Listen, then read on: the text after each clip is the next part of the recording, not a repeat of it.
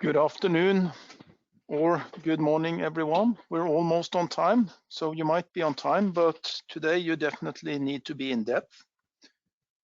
Thank you very much for joining this or signing up to this webinar on our Petrille app, Rocks Velocity.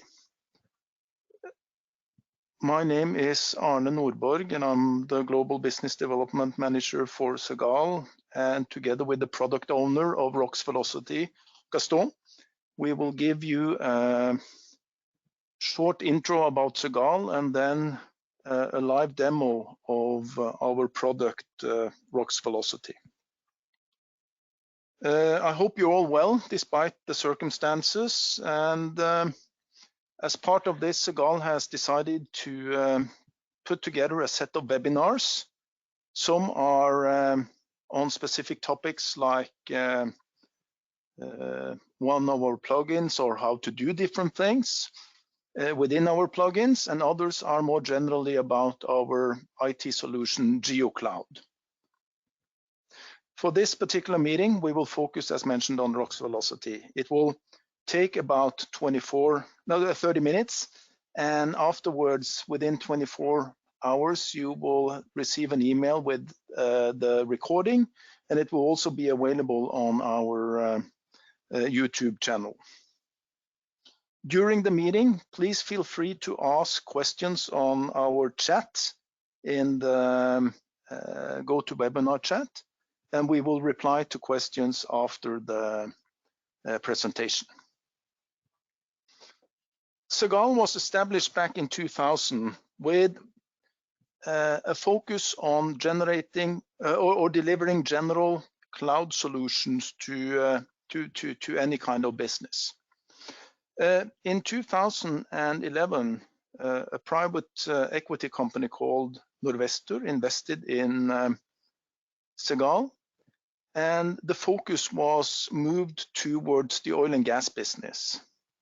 As part of that, in 2014, Segal acquired Blueback Reservoir, where both Gaston and myself are coming from, which had offices around the world with a very strong domain focus on oil and gas, and also experience in software development within oil and gas.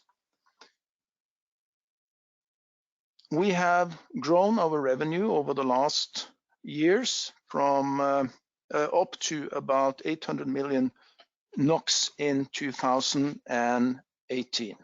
We are about 13,500 users of our GeoCloud and our software around the world. And today we are proud to say that we're 420 employees and 23 different nationalities. Our locations are, as you can see, in quite a few of the oil hubs around the world, from Southeast Asia to with Kuala Lumpur through Dubai in the Middle East. We have our head office in Stavanger, and our GeoCloud Center of Excellence in Stavanger as well, with an office in Oslo, where I am sitting at the moment. Towards the UK with Aberdeen and London, and then in the US we have Houston, and in Canada we have Calgary. So we capture both support for our software and our GeoCloud worldwide or 24/7. With Segal, I think we proudly can say that we have an integrated solution which covers our IT GeoCloud, which is a scalable, cost-efficient cloud solution for the E&P business. We support this solution with our consultancy through both geoscience, software development, data management, and also business consulting and application management within companies. Finally, what we will focus on today is our software and our broad portfolio of software developed within Segal, as the focus as mentioned. Together, we then believe that we have a solution across the full oil and gas value chain with this setup, all the way from the reservoir modeling with geology, geophysics, through to the drilling and well planning, well drilling, etc. With these few introduction words, I'll leave the table to my colleague Gaston, that can continue then presenting the setup where you might be on time, but you definitely need to be in depth. Please go ahead, Gaston. Yes, thank you very much, Ernest. Everyone, good afternoon here in Europe, and good morning, Americas. So now I'm going to go more into the details of the topic we want to talk today about, time to depth conversion. It's quite important, and that's a bit of the suggestive title we looked for it. We not always are on time, but we really do need to be in depth, and we know that reasons for this are that seismic is acquired in time, but then we need to drill in depth.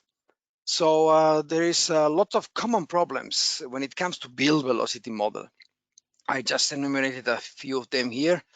Lack of sonic calibrated check shot surveys, for example. So there's a lot of inputs that you can have, and few good wells have actually that type of information that we really look for. So then we need to manage our way through it. On the other side, we have seismic velocities providing very good coverage, but they lack a lot of precision and they have lots of limitations. Obviously, there is noise and uncertainty. To build this tool has major driving requirements, and this started in version 1 by one operator in the North Sea who gave us a project to develop. So that's how it started. They were looking for a simple and highly interactive tool that allows you to visualize and assess the impact of the data you use and what parameters you choose while you're building your velocity. They hated to have such a sort of a black box type of application where you wouldn't be able to really see what you're doing until maybe it's too late. And they wanted to have lots of tools to do QC and be able to visualize maps all the time at any moment while building the velocity model. This leads to the ability to have a tool that enhances confidence in the generation of geologically consistent velocity models. That's what's important. Velocity models will never be correct. They will be better than others. That's all. There's a lot of non-uniqueness and uncertainty associated to them. The workflow of our application looks like this. So we have obviously the part when I say load wells is actually not loading anything. It's just accessing whatever is already in Petrille. The whole application is completely integrated inside the Petrille world. So we recognize those elements in the Petrille world, seismic velocities. So then it's part to do visual QC, then get the surfaces and the markers to build the layers. At any time you can open lots of tables for QC purposes. Then there is a workflow to calibrate seismic velocities. Actually, we have two. One is the original one we had, but now in the version 3 we have added a complete new independent workflow for calibration of seismic velocities, which is based on a statistical approach of detrending seismic velocities. The core of the application is here, where you define the parameters for the velocity functions per layer. So there's ways to assign external surfaces if you have one, or integrate the results of this detrended calibration. And once you've done this, you go into the estimation of the residuals. This is whatever you do on velocities, there is always going to be residual. So the name of the game here is to try to approach the best compromise in terms of reducing the residuals without altering the velocities too much. And then there's the part with the outputs. where there's a lot of options for output data, including the average velocity cubes, the models. So with this, I would like to jump actually into Petrille. So we are here in our cloud and broadcasting to the world. So it's just an imagination. Here we have everyone working at home nowadays. And I'm sure many of us will be doing this, like this chap here.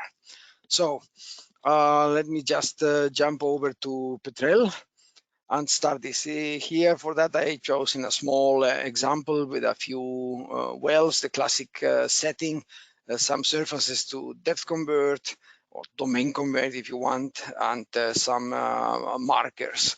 So the application starts either from our Marina environment here. Whenever you install something from Segal, you will have this little guy, and under there you have the different tools. In this case, that would be the Rocks Velocity.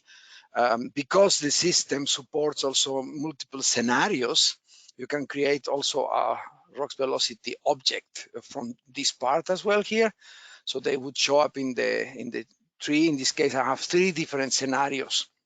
I will summon now one of these scenarios here to the stage and start working on it. So that's the way the interface presents to you. And remember, when I said loading, that's what I meant. It was just accessing the data objects that already exist in the Petrille project. So in this case, I have a set of wells, and then I also have a set of stacking velocities. You can look at them here. They are actually quite challenging. They came right away from the processing center, so they are not regularly sampled or nothing. That's the way they came in. So there is a bit of massaging, if you want, required to do that. Just for visualization, I used our GDI crossplot tool or data analysis tool from Segal Blueback, just to visualize, for example, the stacking velocities versus time, and I created like a 3rd order type of polynomial function that is for QC and comparison purposes. It's quite handy, so you can do this very easily with any type of data. But then when I declare or load this into the system, that's the way it shows up. In green, we have the well assigned or associated time depth relationships to each of the wells. And then in yellow, or this yellowish color, you see the velocity locations, also the corresponding places in the map. So whenever I highlight any object here like that, for example, I highlight a velocity location, then I have a correspondence place, or if I highlight a well, I have like that. So that in itself, it's a very good QC step already there, so where we can appreciate the impact that we already expect between seismic velocities and well velocities. In the next step, that's where you define the layers. I have done that already. So we have a few surfaces, and then associated to that, the markers. I mentioned some of these QC tables that you have, and those allow, for example, right away to plot or to table the differences between the well tops and the surface where the well top is, and then estimate the differences right away there.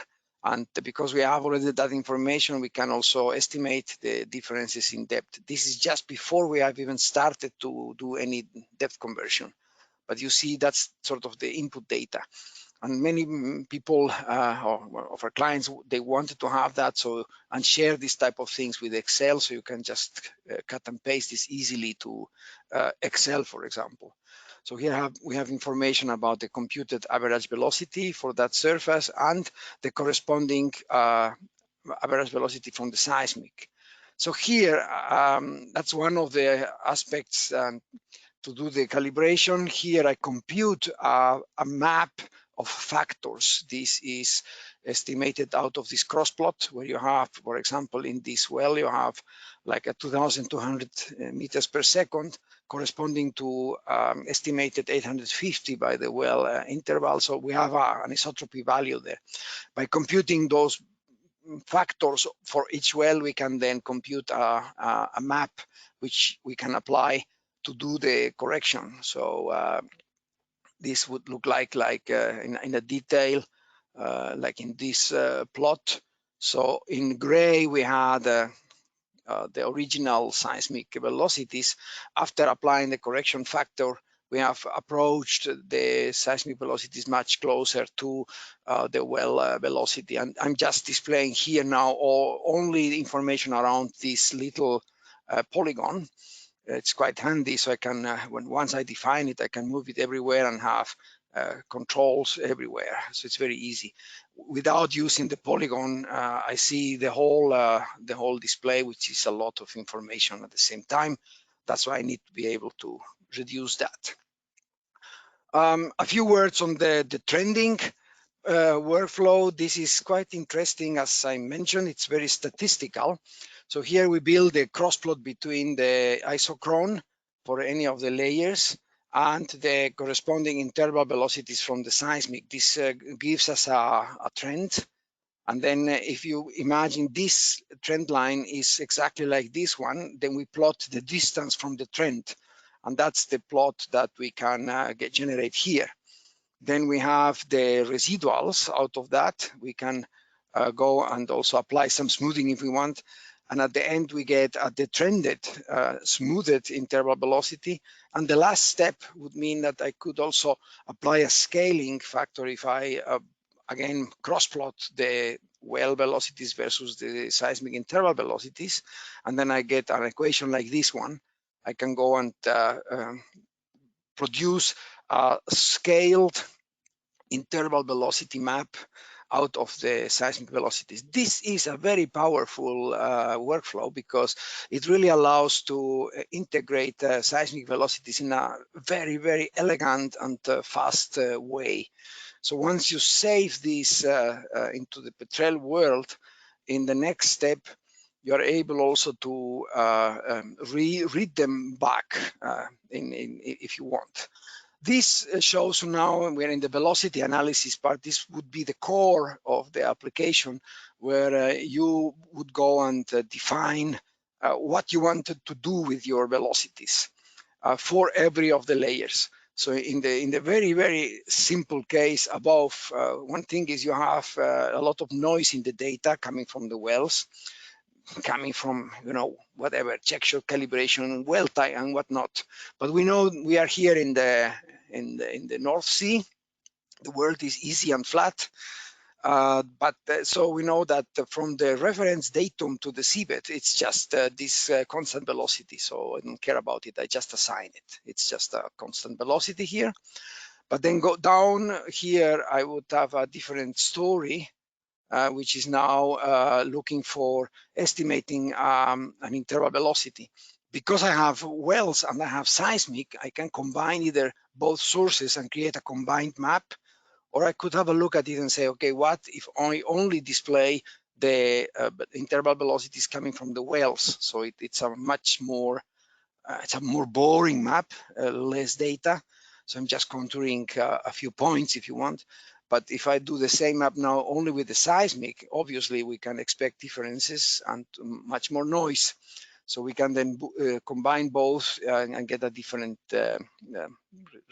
result.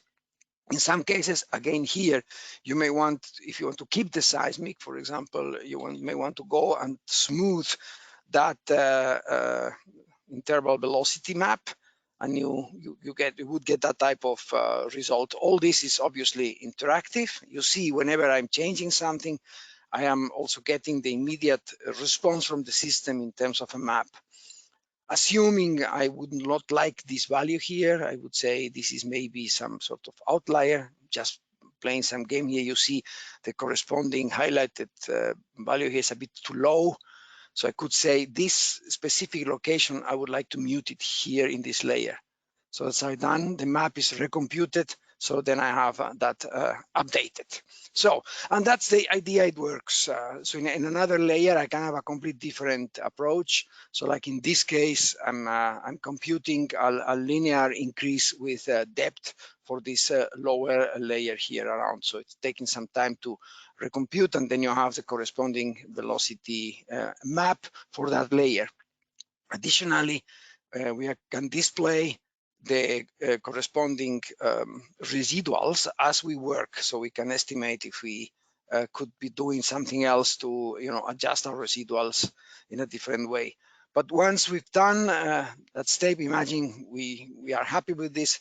Didn't mention the option, for example, here I could say I would like to import a map, the ones, for example, we did before with this. So I would like, in this case, to import my detrended and scaled map, and that's what I have changed now, my velocity function. So all that is happening. You can change this and visualize.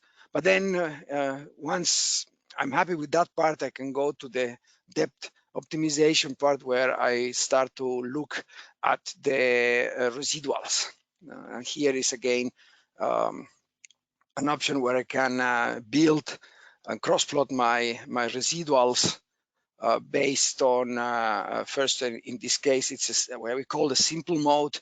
And for this layer, for example, I have original depth conversion of that of the base chalk, but then I have a depth residual map of it as comparing with the markers. So if I combine these two maps here, then I can get a calibrated or a marker tied depth surface, if you want. That would be the simple approach.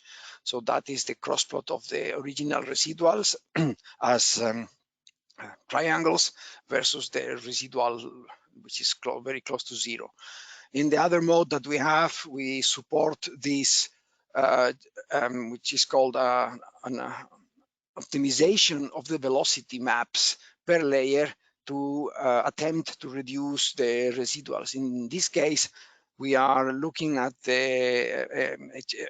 adjusting the velocities, either making the velocities faster or slower, so that our aim is to reduce the residual values.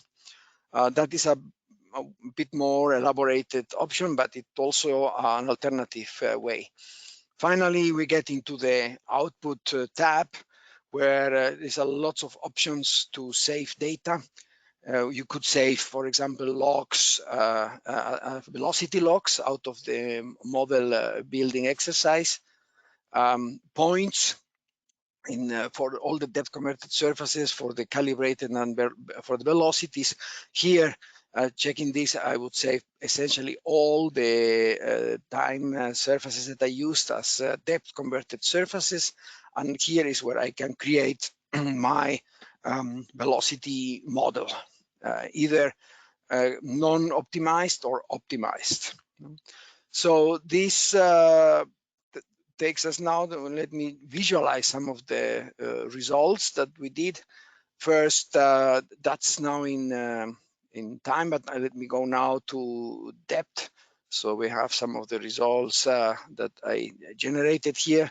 I'm displaying those, so just for clarity, I'll take them off for a second. I have this cross section here, and I've done a lot of different scenarios, if you want, or different runs on velocities, taking different parameters all the time. So you see I can create like a different type of surface. All of these, they tie to these markers as well, but they have a bit of a different behavior across wells. And this is because I defined different velocity parameters in each of them. So, and they are coming out of different tries and scenarios that I was doing. So in the last one, so here I'm displaying, for example, the top chalk after correction with the markers, and I could compare this to the top chalk that just as a without any correction, that the original one. So you see there is slight change up and down before the optimization with the markers and the residuals. So and then finally, we can also, if you want to depth convert other objects in this, we have a node that you would allow to read our average velocity cube, and out of this you can depth convert any type of other object, seismic volumes, points, polygons, seismic interpretation, faults, and so on. Obviously, it's possible to integrate this with the rest of Petrille. So if you just, for example, take one of our velocity average cubes, and here you say my model, and this is in Petrille, because Petrille requires you to have a known velocity model representation for 3D grid depth conversion and so on. So that's everything we produce is completely transparent, integrated in the Petrille world. So I think I briefly touched all the main aspects of the app. I think I didn't forget any major thing. If there is questions, please just feel free to type them in or send us any email to our support channel, where we will be very happy to respond to them. And if you would like to try this out, contact us. We will be happy also to provide you the required additional information and also evaluation licenses. Yeah, with this, I'll pass the stage back to my colleague Arne in Oslo. Thank you very much, Gaston. There's not much more to say except from, again, thanking you all for participating. Don't forget to register for more sessions on our webinar series. And again, if there are any questions, feel free to contact us in any way you like. So thank you very much for participating, and looking forward hearing from you all. Goodbye.